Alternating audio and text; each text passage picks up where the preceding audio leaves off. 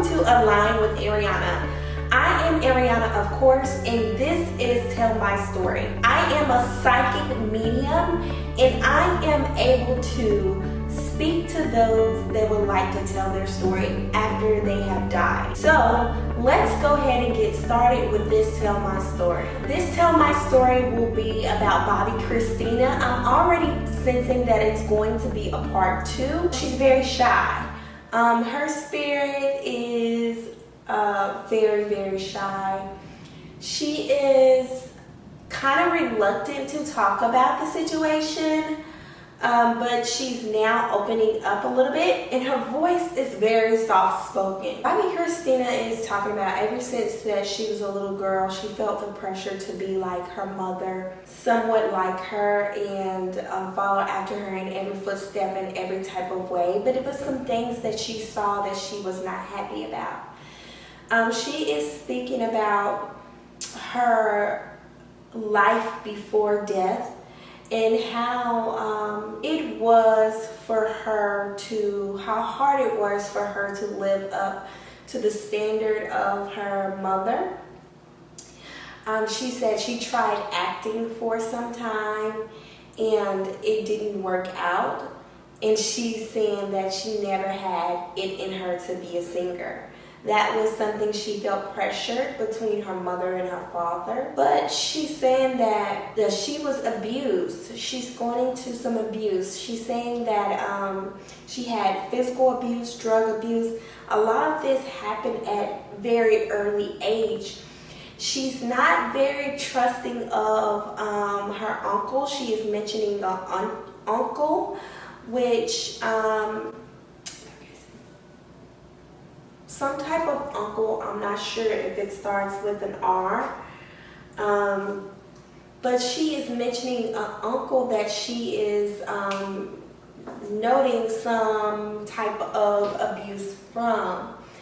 Now she is saying that yes, it is some type of abuse that had went on with her and her uncle. She's saying very vocal abuse, and she said she believed that her uncle was a part of the reason why her and Nick had started dating so young. What happened was Nick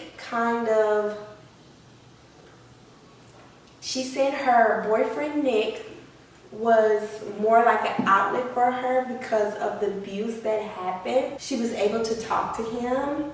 She is saying that she was able to confide in him in so many ways. It's things that people don't know that she said that he knows and he's aware of, but he will never tell, considerably because of the position that he had with the family. She is now saying that it is possible that the uncle had something to do as far as selling some things from the property that they were not too happy about. It was all about money. She's saying that her death or her leaving so young was all about money. She's saying that she tried to leave a couple of weeks prior. She went back to her Atlanta home to gather some things. She wanted to move and relocate. It was in her best interest, she was saying. Someone from her father's side was encouraging her to move or something like that. She's saying that she was encouraged to move and to leave, and she was actually planning on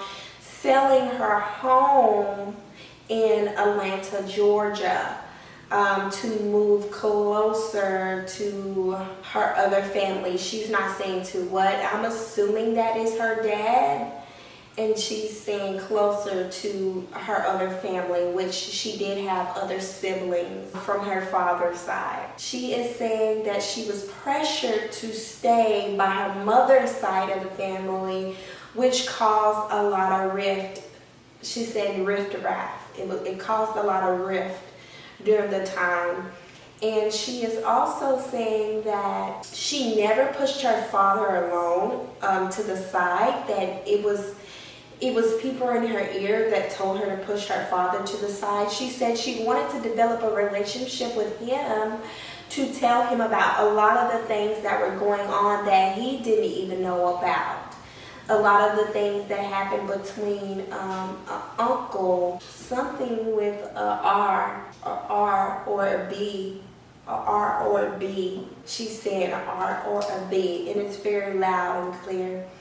And she is also saying that she is very heartbroken by her family, that no one was willing to listen for her. Everyone wanted to take from her. She is also saying that her death was a total mistake. She's saying, no, my death was a mistake, but it never was supposed to happen like that. She's a little bit unclear, so I'm not sure if I'm sensing like some type of medicine or something was taken because it's blurry, it's unclear. The story is a little hazy as she's trying to describe. But she's saying that it was very hard for her after her mother passed away, because she was so attached to her mother. Her mother kept her alive, she's saying. Her mother kept her alive. She's saying that her mother was her protector, but not until she got older. Not until she got older.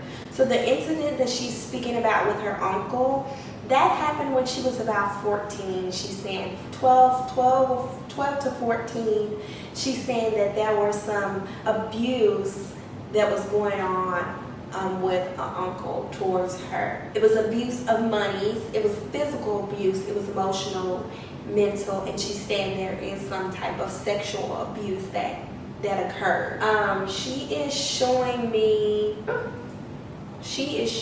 very graphic images of what took place. Sexual abuse.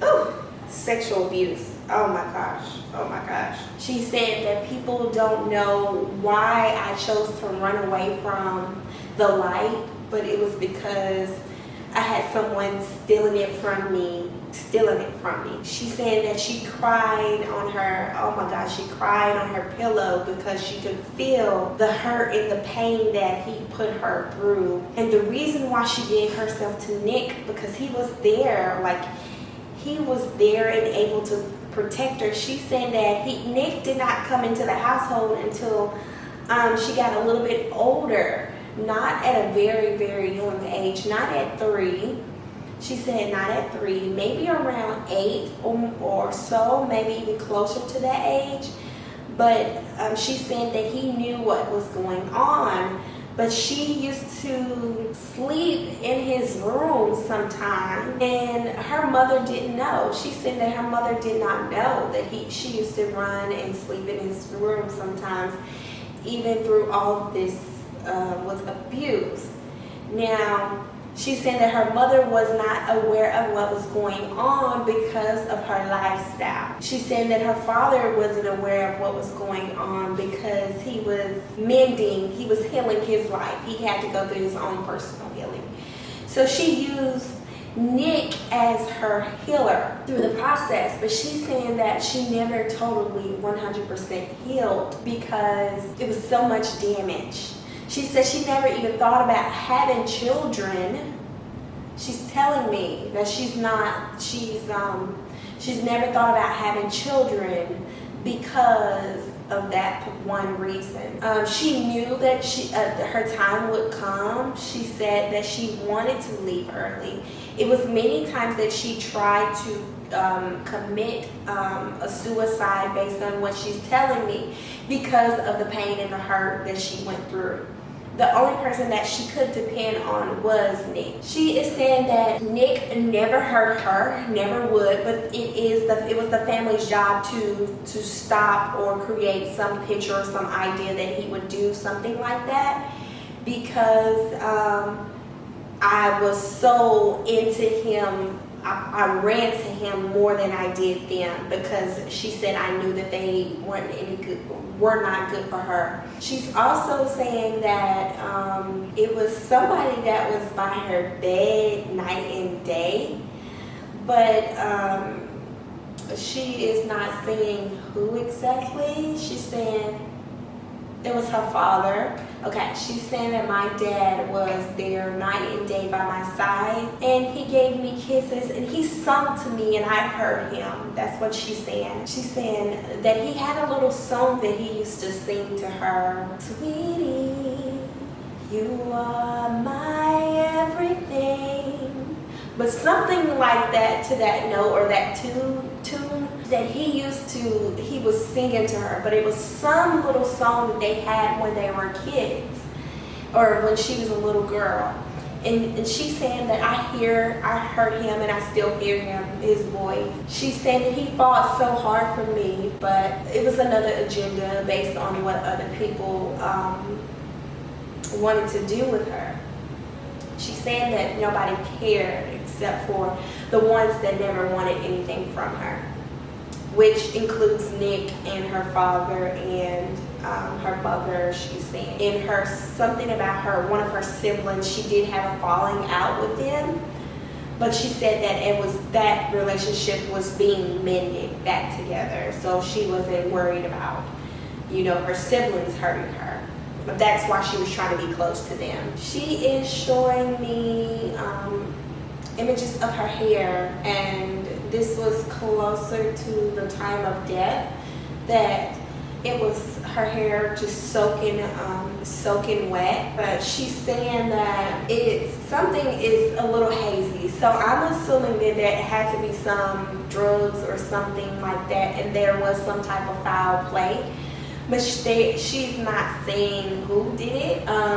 She's saying that, I don't know who was her bodyguard or her security guard, but she is saying or showing me an image of a guy that is like a bodyguard or a security guard or somebody that was meant to be there for some protection. She said Nick had left. He had went somewhere. And she showed me images of this guy. Yeah, a Caucasian male. He looks like a bodyguard or some type of security guard. And she's showing me those images very vividly. That is showing being carried into a tub. It's not showing her physically walking there. She's showing me being carried. But it's so hazy that she can't even begin to talk about that part. She's able to recall being in like a coma, because she's saying that her soul was a portion of her soul was already transcended over, so that portion can recall what happened. Did she have a little brother? I think she had a little brother or something, because she's talking and showing me images of a little brother with pretty hair. But she is showing me images of him and saying he was so sweet to her. I don't know if he saw her, but she's showing soft touches and wanting to be like connected with him. I'm not seeing her and her mother connected, which is so weird to me because they were so close. She's saying that she can't get to her mom for whatever reason. She can't reach her mom. But she's saying that she can't reach her mom because her death, her mother's death was not an accident, but her death was an accident. So they're in two separate entities, and space has separated them. They're in two different worlds. But she is saying that it had something to do, like the guy was some type of protector, bodyguard or something. Something about, it was some noted that some jewelry or something was missing. That is because it was taken. She's saying that jewelry was auctioned off. It's no longer in the possession of whoever it was supposed to go to. She's saying everything was supposed to be Nick's, so she was going to leave everything to Nick. A part of that plan not being able to play out was to frame Nick. She is actually leaving out. So I want to thank you guys for aligning with Arianna. And if you would like your own personal reading or to connect with a lost loved one, you can reach my website at www.alignwitharianna.com to book your personal reading.